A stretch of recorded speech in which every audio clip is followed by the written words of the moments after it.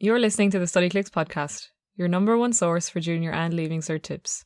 We make exams easier.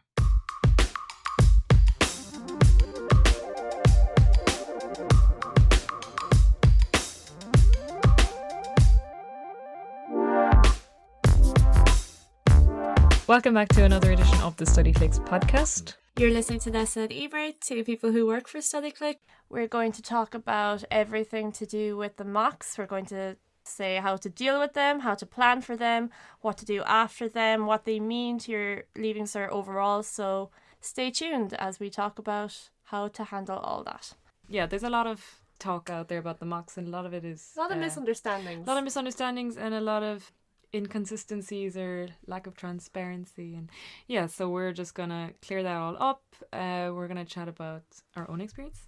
Yes. We both have successfully survived the mocks and can give... Two sets of mocks, actually. Junior Cert and Leaving Cert. True, yeah. So we've been through it all and hopefully can give you some advice. Yeah, to start off, I think it's, even though it seems like a bit obvious, most people listening to this know what the mocks are. I think it's good to just kind of give some up, because some people are a bit confused about what the mocks are. And the mocks are not done by the State Examination Commission. They're done by companies who sell their paper. They replicate the exam papers, the State Examination Commission, but they sell their papers to the schools. And is there about three? I don't think there's many. No, there's two. So there is DEB. Yes. And there's Examcraft. Ah. They are the two companies who produce the mock papers. And depending on your school, unless you know your school and you've asked your teachers or whatever, you won't know. Right. I don't until you know do it. But it doesn't make a big difference. It's not important. They base their questions on past papers, so it's going to be as accurate as possible. And they do base it on what they predict will come up. They work off what hasn't come up in a few years. So it is like they're predicting themselves. Yeah, what they think will come up. But don't take it to be any bit accurate about what will come up in the actual exam. Yeah. Would you agree with that? Yeah, and I think a lot, when I was doing the mocks, a lot of my classmates were saying, oh, if it comes up on the mock, then it won't come up in the actual exam. Yeah, a lot of people are saying that in school as well. And I think that comes from the belief that whoever makes the mocks is associated with the SEC, the State Examination Commission. So, yeah, like we said, they have nothing to do with each other. Just because it comes up in the mocks doesn't mean it won't come up in your actual exam, just as well as if it comes up in the mock, that doesn't ensure that it will come up in the exam. So just try and kind of put all of those ideas and thoughts to one side. It doesn't matter. At the end of the day, when you're doing the actual exams in June, you know, the only thing you should be taking from the mocks is timing and experience and things like that. Don't focus on the actual stuff that came up, because it has nothing to do with what will come up in the actual exam. I think one of the most important things one of the most important aspects about the mocks is that they're a trial run. And that you get to practice the Leaving Cert before you actually do it. And I think for a lot of students, it's kind of like a wake-up call about timings. That's your first time realising, oh, I actually have to do so much writing and so much answering these questions, and I only have so much time to do it. So I think it's really good to plan out exactly how much time you're going to need. And, you know, if you've run out of time in the mocks, it's fine, because they're just the mocks. It's not the real thing. So yeah. And I think that's definitely something that a lot of students worry about, because they take the mocks a bit too seriously. That's what I have definitely seen from working at Studyclix and talking to different students, that people get super stressed about doing well or not doing well in the mocks, and it's not a big deal. Really, honestly, it isn't. And I know that's not to belittle some people's efforts or work that they've put into it, but they're not there to stress you out. They're there to help you. The whole point of the mocks is to show yourself where you are, what you still need to work on, kind of where you're at. So don't use the mocks as something to freak out over or be worried that you haven't done enough, because if anything, it's just going to show you, oh yeah, okay, I haven't done enough here. I'm definitely going to work on that, and then have it ready for June. So just gauging what you need to know or what you need to work on is what. And that links in then with the timing. So if you don't get your timing right in the mocks, it's fine. You'll know, okay, yeah, in English I really didn't finish that essay in time. I'm going to have to practice that over the next couple of weeks and months, and I'm going to have it ready. I'm going to have my timing right in June, and that's kind of all it is, really. Yeah, I know. I remember, like, I was so edgy in school because, you know, everyone does, like, oh, the mocks are so sickening. Why do you have to do them? They're so pointless. And I remember saying, if the Leaving Cert wasn't bad enough, they make you do it twice. But You're so sassy I'm as a so child. sassy. Oh my God. It's, yeah, just try not to get too stressed out about them, but do, like, put the work in, and then when you get the results, you know what to work on. And I've always found after the mocks, the term flies, absolutely flies. So once you get your results, make out a plan and know exactly what you want to do, areas you want to improve on, and where you want to go from there. We've talked about what to do after the mocks, but I think a lot of people listening to this are probably preparing for their mocks, so we should talk about, you know, the mock exam survival guide. Mm-hmm. It's like any other exam, really. I mean, you've all done Christmas exams, you've done summer exams, you know the drill. You got this. The only difference is maybe for some of you it might be your first time seeing official exam papers. That I know for our school, our teachers, because the time was always less if you're doing Christmas exams, so maybe they would only give us one essay and 2 reading comprehensions if it's French or whatever. Yeah, you get the full thing. You get the full thing. You have to do it all. You're in the exact same conditions that it would be for the actual exams. So. I think my teachers made me do like orals as well for French and Irish. Mm-hmm. Sometimes. A lot of schools would do the same. So yeah, you get the full Leaving Cert experience. Yeah. So just use the knowledge and the experience that you have from doing the Christmas and summer exams, and the only difference is the timing. So I think once you have prepared, the best way I suppose to study at home for it and to prepare at home for it is to watch your timing. You know, what I would do for English, for example, was, because English is notoriously the worst for timing. Yeah.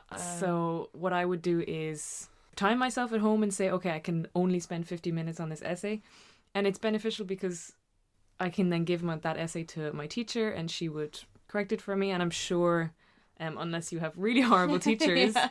If you give them work, they're there to help you. So I really think that, you know, practice your timing at home, have a timer on your phone, get those right. And otherwise, I mean, you've prepared for it. Everything that you've done in school, in class, all the work you've done so far, you're already preparing for the mocks. Yeah. You know, and I think for some students, a lot of students actually, obviously you're not going to have all of the course finished. I think maths is a big one, or maybe it was just my school, that the maths, we really didn't finish the final chapter of the maths course until project maths literally like the week phased in at the time, wasn't it? Yeah. We were going to extracurricular classes after school. Sounds like a nightmare. To try and finish the maths course, and it's probably the same for some other teachers. So by the time you do the mocks, there's just some questions that you will not answer because you haven't done it. And I get some people asking me, oh, how am I going to do this question? I haven't done it. Don't worry. Your teacher is not going to expect you to have done that. Yeah, the teacher didn't set the exam, but they do correct it and they know what you don't. Well, they don't always correct it. We have to say that. Some schools do get them sent away. Oh, really? I wasn't aware of that. Yeah, so your school might be the one who sends them away, but if that is the case, I assume that your teacher sends away a note saying don't mark question 6. Yeah. We haven't done it yet. Whatever it is. So if you're worried about that, don't. Just don't worry. Be happy. Another piece of advice, I suppose, is depending on what time you're listening to this, start studying now, and whatever time it is. Preparation is always key. It's the key to keeping, because exams are always going to stress you out, but stress is what happens when you don't feel prepared, when you go into something not knowing how it's going to go. And I just feel if you make out a study plan now and you stick to it, especially if it's early enough in the year and you're feeling good about resolutions and all that, it's just really good to make some kind of plan, even if it's, little bits and pieces. Just make a study plan, gather up as much knowledge as you can and do your best.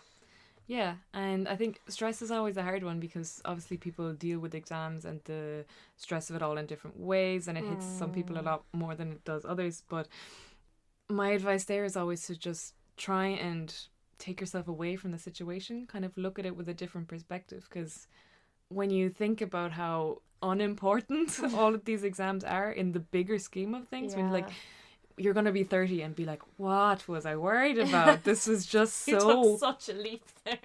Yeah, okay. You're going to be 30. Okay, You when just you're... said next year. Sure, okay. When you're 19 and looking back on this, you won't even remember what was on your exam. It's a waste of energy to be that stressed about it. And I know it's so easy to say, just don't be worried, because obviously it doesn't come that easy for some people. You'll always have some level of stress that you're always going to have to deal with. Like, that's natural. Yeah, but I think ways of reducing it is definitely to try and look at it from a different perspective. Consider the more important things in your life. Maybe make a list of what's more important to you than these exams. That might help. And preparation, make sure you're prepared, and remind yourself, if I'm prepared, I have nothing to worry about. Breathing exercises, if that's your thing, you can definitely, there's different apps like Headspace. You can meditate, maybe take a few moments in every day to just chill out, have them for you, be silent. Yoga is great. If you want to take a yoga podcast. Yeah, I mean, okay, fair enough. I know everyone has their own ways. And you relaxing. Maybe don't think that you have time to do yoga, but I don't know. I feel like if people, when they say they don't have enough time to do these things, to chill out and relax, it actually ends up being worse for them, because you can get so stressed and anxious that you end up, you have such like this grey cloud in your brain that you can't study anyway. And that hinders your study. Whereas if you end up losing time. Yeah, if you took just 15 minutes out of your day to relax or chill out, watch TV, whatever it is for you that is relaxing, and then go back to your study, you'll find you'll be so much more beneficial in the long run. Yeah, you'll be far more efficient and productive. So don't underestimate taking breaks. You're allowed it. If you've worked hard, you deserve it. Well said. Thanks. Thinking about preparation, one of the best things to do, obviously, and we say this so often and often, again and again at Studyclix, look over past papers, because we do love our past papers at Studyclix. That's what we're about. I mean, obviously on the topic of mocks, we do have mocks on our website. You have to be a premium member, but I mean, who doesn't want to be a premium member? Yeah, no. So we're not going to make this salesy, but it's €55 for the whole year. You would pay that on one grind. You could, yeah. So it's really worth it to get to see. It's a great investment, honestly. Yeah, so obviously you can all see the state exam papers, but having the mock papers is definitely helpful, because you can see what kind of stuff. The mocks can sometimes be a bit strange.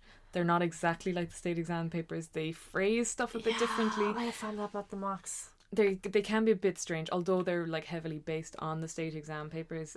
They can be quite different, so I think it's helpful to use Studyclix then to see our mock papers, because they can give you an idea of what might come up in your mock, and how it's phrased a bit differently. Compare them, yeah. Things like that. And if nothing else, it just gives you more practice. Yeah, content. And it then links back to you being prepared. The more content you look at, the more questions that you've covered, the more prepared you'll be, and the less stuff that will come up that'll shock you. Yeah, there's no bad thing about looking over past papers just again and again. It's key, and it's just how you succeed. Really, yeah. In the Leaving Cert and the Junior Cert, because it's the same stuff. It comes up again and again. They love asking the same questions again and again. Yeah. Speaking personally, what was your own experience with the mocks? Yeah, I think the timing thing was definitely a huge thing, that I was really shocked by how little time I had, and being under the exam pressure and exam conditions, it was definitely new. But I remember thinking they went horribly and knowing that I definitely wouldn't get good marks, and then in the end I actually did, because the thing is that you might think, oh, I did so badly, I wrote so badly, I didn't have enough time, I didn't finish this question, I should have said this instead of this. But the teachers know that these thoughts are going through your head, and they take that into account when they're marking it. They do, when they mark your essay that you did for homework, they're going to be more harsh, because you had time, you had more resources, you had more capacity to kind of do the best that you can. Whereas when you're in exam conditions, there's a lot of stress, there's time pressure, you're not going to be able to produce the same quality stuff as you would. You're drawing everything from your head rather than notes. And the teachers, they know this, and they mark accordingly. So even if you think, oh, I've done so much better than that as homework, the teachers know that, and they're not going to mark it the same as they would a homework piece. So don't worry about not having done your best, or 99% of the time you do better than you think you do. So it's hard to convince yourself of that once the exam is done, but I think it's important to remember that you probably did better than you think you did. Yeah. It's nearly always the case. Yeah. Or what I remembered of it. I think I just something very general that always went around was this kind of idea that the mocks are always harder than the real thing. Yeah, that's true. It can be true sometimes, but I suppose it's not a wise thing to be thinking all the time. I remember actually finding that the Leaving Cert was harder. But being alone and thinking that, no one else actually, everyone was like, oh no, I thought the mocks were harder. And I did end up actually doing better in the Leaving Cert than the mocks itself. And most students do. I think most people do, yeah. Nearly so everyone goes up. When you get your mock results, don't worry about it, because 90% of people do better. Yeah. So, chin up. You still have more of the syllabus to cover, like we said before, like you're going to be 10 times more prepared by the time you do the real thing. So, yeah, get all these kind of myths or just general ideas out of your head and just do it. And a lot of the time your classmates and your friends can kind of be your worst enemies after exams. I know it's really hard to resist the temptation to talk about the exam straight afterwards. What did you say for this? What did you say for that? Oh, I didn't get that. It's so damaging. It's awful in maths particularly. I mean, I still do it after exams, and I know I shouldn't, but it's you can't help it. Yeah. But try to be the bigger person and say, no. Let's talk about the next thing. Yeah. How can I help you? Yeah, Here's a picture of a puppy. Oh, no, I don't want to talk about it. Let's focus on the next exam. You can say that. Be that strong person. Be that person. Yeah. I would love to have had someone in my class that said that. I would genuinely have thought that they were really cool and really strong, confident person. Be that cool person. Be that person. Okay, with regards to preparing for the mocks and how to plan it all out, how would you recommend to use Studyclix to prepare? Oh, use the Studyclix study plan. Woohoo! We have a great template, which is really helpful. It's for every week. So you just fill in different time slots for every day of the week, and you can do an hour of French, an hour of home ec, an hour of whatever. The beauty of it is that it's empty. You fill it in yourself. You can choose personally how much time you want to spend on it, which subject you want to spend your time on. But it's really crucial to have a study plan, because if you just sit down and say, okay, I'm going to study now, but you have nothing planned out, you will waste so much time. Yeah. Also, the feeling of being satisfaction organised. when you can tick off the little box and say, yes, I have my hour of French done now. I studied what I had planned to study. You feel so good. It's this not pathetic, but kind of, you feel really sad from getting this little joy from having studied, but it's just such a nice feeling. It's even if it's a small achievement, it's still an achievement. Yeah, it's like having a to-do list and being able to cross out everything you've done. It's very satisfying. Yeah. So even being the act of being organised and printing out the thing, and even before you do anything, the idea that, I'm going to do this thing as you write it out, that feeling of being organised will kind of give you the drive you need to be like that all the time, and to get things done. Basically. Another thing I'd recommend with the study plan is don't generalize too much when you say, study French. Yeah. Break it down. Say, study irregular verbs. Don't say study biology, because you could mean anything by that. Yeah, that's really good advice. And if you want to find the study plan, by the way, head to our blog. It's and under in the blog the section. study advice section, there is a how to make the perfect study plan. And there's a link to it in there, so check it out. And I think what I get a lot when students are chatting to me on the website, a lot of people really seem to struggle with fitting everything in the time that they have, because some students might do 10 subjects, sometimes more, and it's really stressful and difficult, obviously, to try and fit all of those subjects into a certain amount of weeks before the mock exam, a certain amount of days.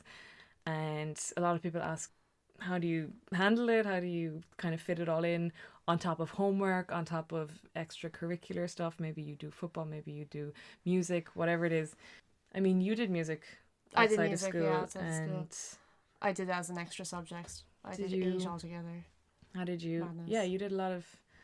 As well as having extracurricular activities, so how did you sort of fit it all in time? In general, in doing lots of subjects, again, with the study plan, just make sure that you're giving every equal weight to all your subjects. If you might be studying way more for biology because you feel like there's so much in it, as opposed to maybe English, where you have only 5 sections, which, biology has like 30.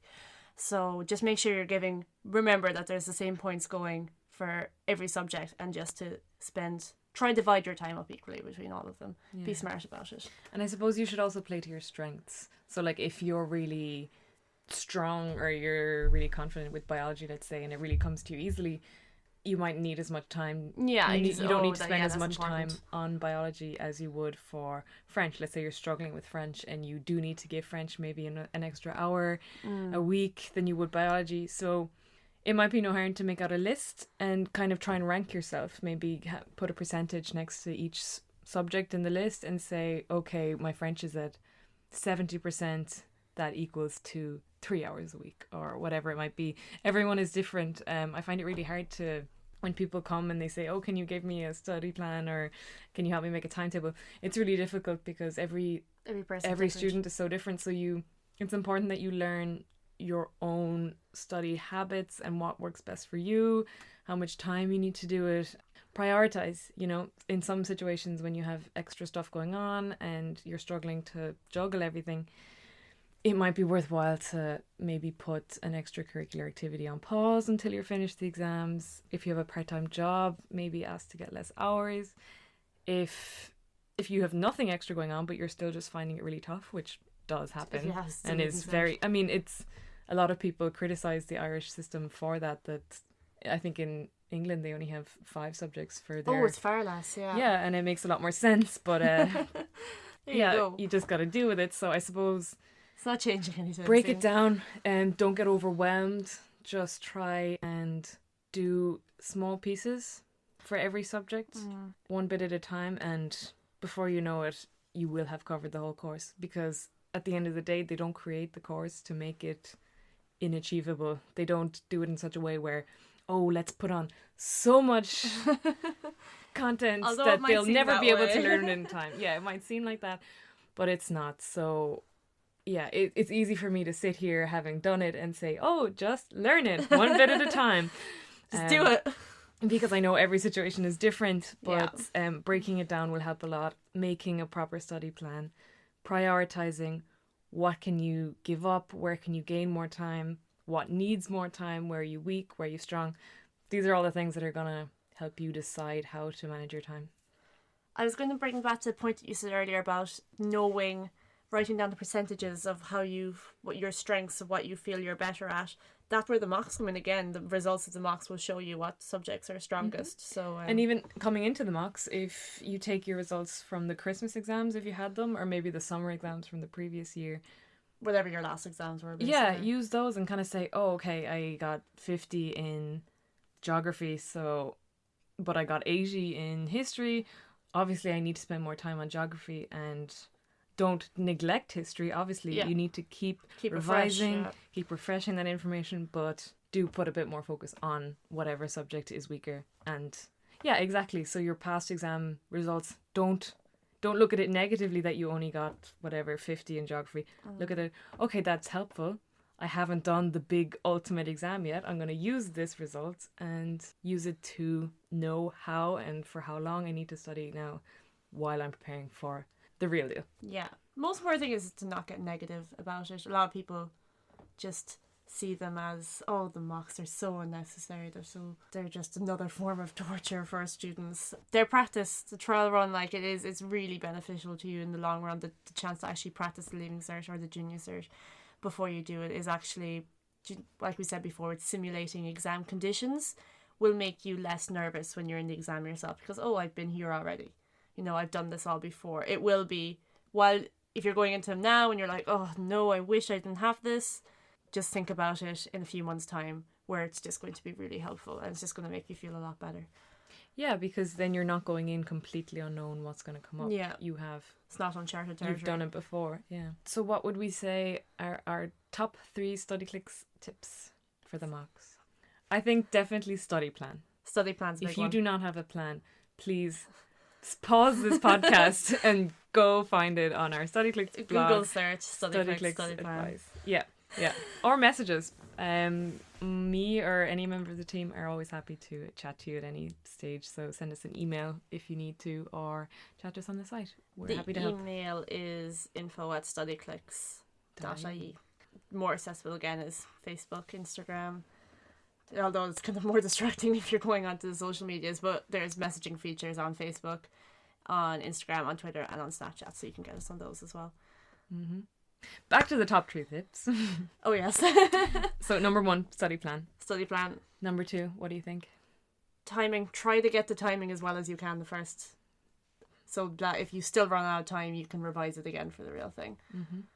And I think number 3 is just stay positive. Stay positive, yeah. Don't forget. Your whole attitude towards it. So stay it's so positive. Yeah. See it as a benefit to you. See it as a positive thing. Don't let it get you down, because at the end of the day, it's there to help you. And they're a good thing. I know they don't look like it. It sounds so lame to say that. We love exams. It's just just keeping a positive attitude will really benefit you in every aspect of life. We're going to start a general life advice podcast after this. But yeah, I remember a piece of advice always said to me is like, you're always going to have to do things you don't want to do. So it's not going to help you to be miserable while you do them. Yeah. So just do it and adapt a positive attitude about it, and then it will be over.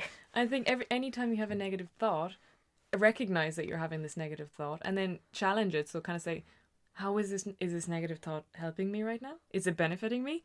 And if you realize, no, it is literally no advantage to me right now, then get rid of that negative thought. You're so wise. I'm so wise, it's crazy. We should become therapists. So I think that's all the wisdom we can impart today, Nessa. Yeah, I think so. I think we probably repeated ourselves a lot anyway, so for risk of repeating ourselves again, we'll leave it there for today. And best of luck if you're about to undertake your mocks. Yeah, I really hope that you got some benefit from what we were saying. Yeah. If you're still here, thanks. To repeat, we've both done this. This advice has been proven to work. So yeah, best of luck. Keep using Studyclix. We're there to help you anytime, and we have complete faith in you. You'll be great. Don't worry at all. You got this. Bye. All right. See ya.